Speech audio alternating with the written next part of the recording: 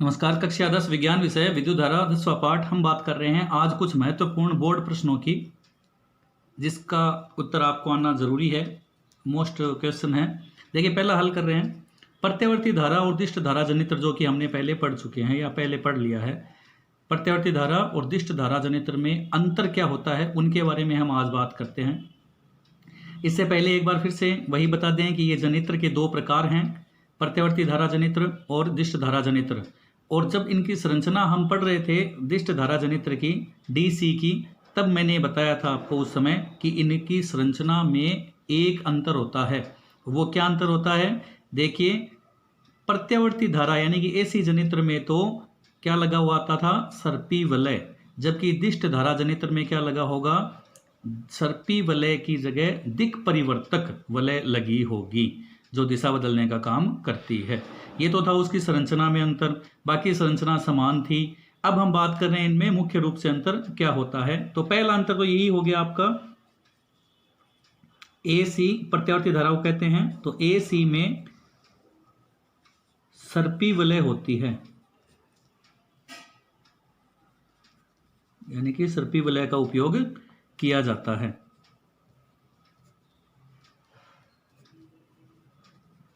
जबकि डीसी में सर्पी वलय की जगह विभक्त वलय यानी कि दिक् परिवर्तक वलय का उपयोग किया जाता है। जबकि डीसी में सर्पी वलय का उपयोग नहीं करके विभक्त वलय का उपयोग यानी कि यूज किया जाता है। ध्यान से नोट करें, ये एसी में सर्पी वलय का उपयोग किया जाता है घूर्णन के लिए, जबकि डीसी में विभक्त वलय का उपयोग किया जाता है। दूसरा और मुख्य अंतर इनमें यह है कि प्रत्यावर्ती धारा जो है, यानी कि एसी में धारा की दिशा एक निश्चित समय के बाद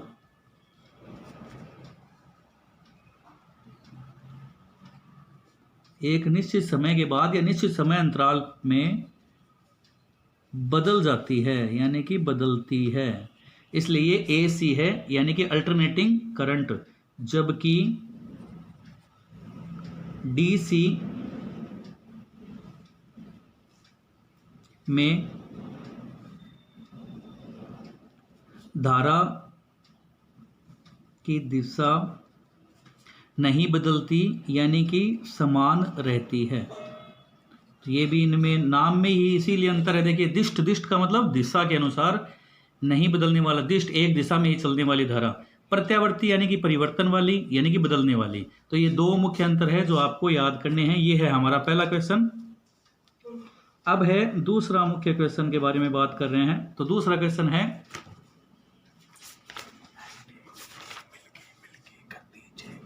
दूसरा है कि विद्युत टोस्टर और विद्युत स्त्रियां जो होती है, उनके तापमान अथवा ये उनके तापमान में जो काम आने वाले शुद्ध धातु के अवयव जो हैं, यानी भाग जो हैं, वो शुद्ध धातु के नए बनाकर मिश्र धातु के बनाए जाते हैं। क्यों?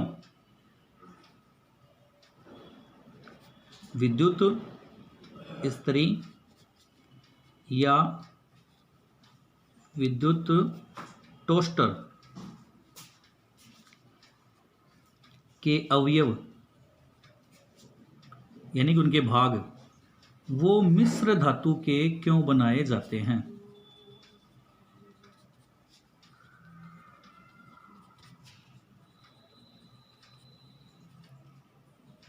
ये बताना है। देखिए, क्यों बनाए जाते हैं तो सुनिए, मिश्र धातुओं में प्रतिरोधकता शुद्ध धातुओं की तुलना में अधिक होती है। ये हम पढ़ चुके हैं विशिष्ट प्रतिरोधकता में। और विशिष्ट प्रतिरोधकता में मैंने ये बताया था कि सर्वाधिक प्रतिरोधकता किसमें होती है? मिश्र धातुओं में। तो मिश्र धातुओं में प्रतिरोधकता शुद्ध धातुओं की तुलना में अधिक होती है, जिससे तापमान में वृद्धि के साथ इनमें प्रतिरोधकता में परिवर्तन नहीं होता। जैसे जैसे तापमान बढ़ेगा तो वैसे वैसे इनकी प्रतिरोधकता में कोई परिवर्तन नहीं होता है। किसमें? मिश्र धातुओं में। इसीलिए तथा इस कारण से ही टोस्टर और त्रि आदि के चालक जो होते हैं या अवयव जो होते हैं वो मिश्र धातु के बनाए जाते हैं, यही कारण होता है। तो देखें, लिख देता हूँ, साथ में आप भी लिखें। पहला यही कारण है मुख्य है कि मिश्र धातु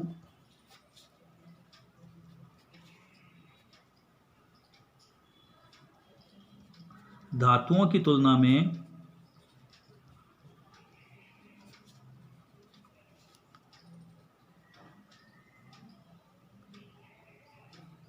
अधिक प्रतिरोधक होते हैं। मिश्र धातु धातुओं की तुलना में अधिक प्रतिरोधक होते हैं ताप वृद्धि पर, यानी तापमान बढ़ाने पर,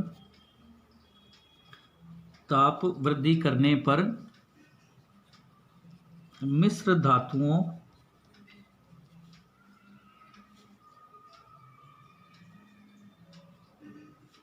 की प्रतिरोधकता में नगण्य, यानी कि न के बराबर नगण्य परिवर्तन होता है, यानी कोई परिवर्तन नहीं होता। इसके अलावा मिश्र धातु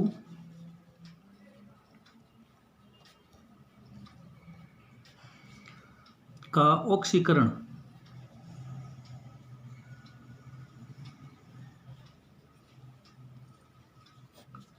भी कम होता है।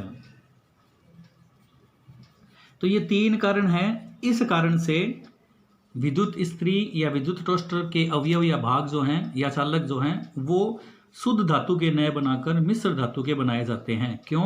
ये देखिए, तीन कारण।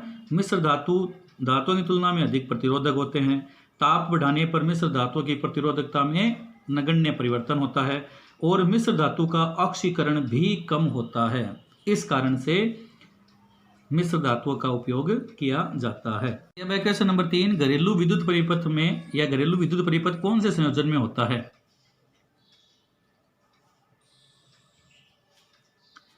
और क्यों होता है? तो घरेलू विद्युत परिपथ जो होता है वो समांतर क्रम संयोजन में होता है।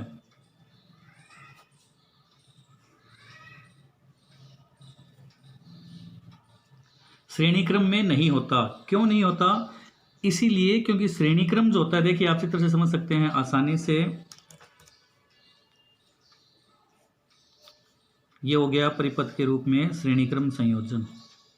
पहला प्रतिरोध, दूसरा प्रतिरोध, तीसरा प्रतिरोध। मान लीजिए 3 प्रतिरोध लगे हैं, ये है श्रेणी क्रम, एक के बाद एक, और ये है आपका समांतर क्रम।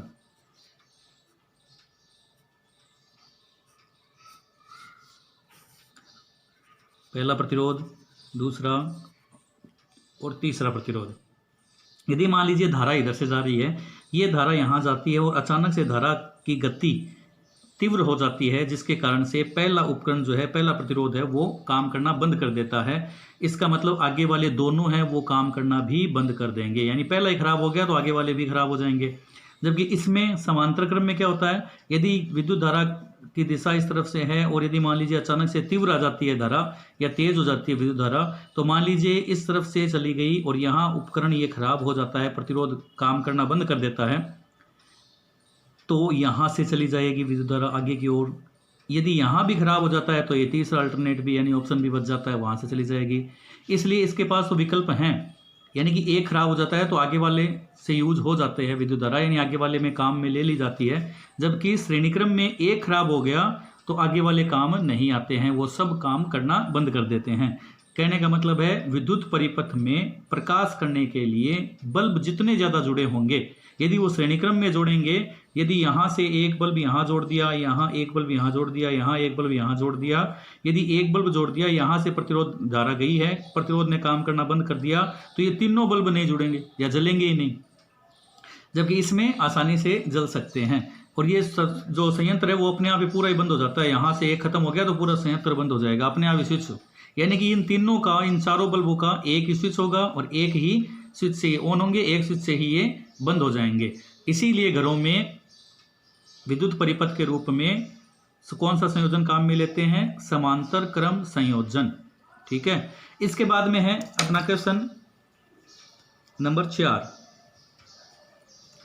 प्रत्यावर्ती धारा और दिष्ट धारा में से जो हमने अंतर भी पढ़ा था पहले वाले क्वेश्चन में, देखिए प्रत्यावर्ती धारा और दिष्ट धारा जनित्र में अंतर क्या है वो तो हमने पढ़ लिया। अब बात करें क्वेश्चन नंबर 4 की कि प्रत्यावर्ती धारा यानी कि AC व दिष्ट धारा यानी कि DC में से कौन सी धारा उपयोगी है।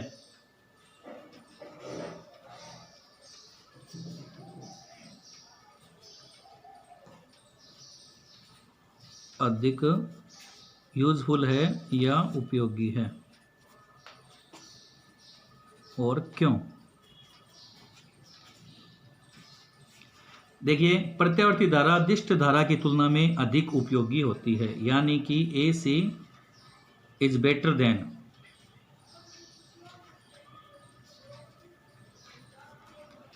DC, यानी कि AC धारा प्रत्यावर्ती धारा जो है वो ज़्यादा बेहतर होती है। कारण क्या है उसके लिए, चलिए हिंदी में भी लिख देता हूं मैं, AC धारा अधिक उपयोगी है। जिसके कारण क्या है, देखिए पहला कारण है AC धारा को उत्पन्न करना आसान है,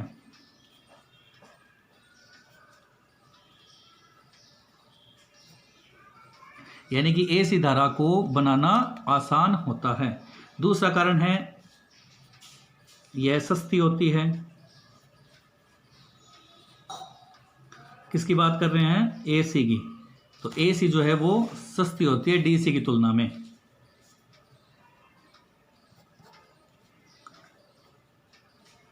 तीसरा कारण है इसे एक स्थान से दूसरे स्थान तक ले जाना आसान है, यानी कि परिवहन भी आसान होता है, यानी कि एक स्थान से दूसरे स्थान पर भी ले जाया जा सकता है। इस कारण से DC की तुलना में यानी कि दिष्ट धारा की तुलना में AC प्रत्यावर्ती धारा अधिक उपयोगी होती है। तो ये थे आज के 4 प्रश्न, महत्वपूर्ण क्वेश्चन हैं, कृपया ध्यान से याद करें, लिखें, नोट्स बना लें। बोर्ड की कक्षाओं में आने वाले मुख्य क्वेश्चन हैं कि प्रत्यावर्ती धारा दिष्ट धारा में अंतर क्या होता है। दूसरा, विद्युत इस्त्री और विद्युत टोस्टर के अवयव यानी उसके भाग या चालक मिश्र धातु के ही क्यों बनाए जाते हैं, शुद्ध धातु के क्यों नहीं बनाते। तीसरा है घरेलू विद्युत परिपथ में कौन सा संयोजन होता है और क्यों होता है। और चौथा अंतिम क्वेश्चन, AC व DC में से कौन सी धारा अधिक उपयोगी है और क्यों उपयोगी है, उसके कारण भी लिखें। तो ये थे 4 क्वेश्चन। उम्मीद है समझ आया होगा। अच्छा लगे तो लाइक शेयर सब्सक्राइब जरूर करें, बेल आइकन को दबाना न भूलें ताकि नया वीडियो जो बने वो आपको सबसे पहले मिले। कोई समस्या, कन्फ्यूजन या कोई सुझाव या शिकायत हो तो कमेंट में ज़रूर लिखें। धन्यवाद।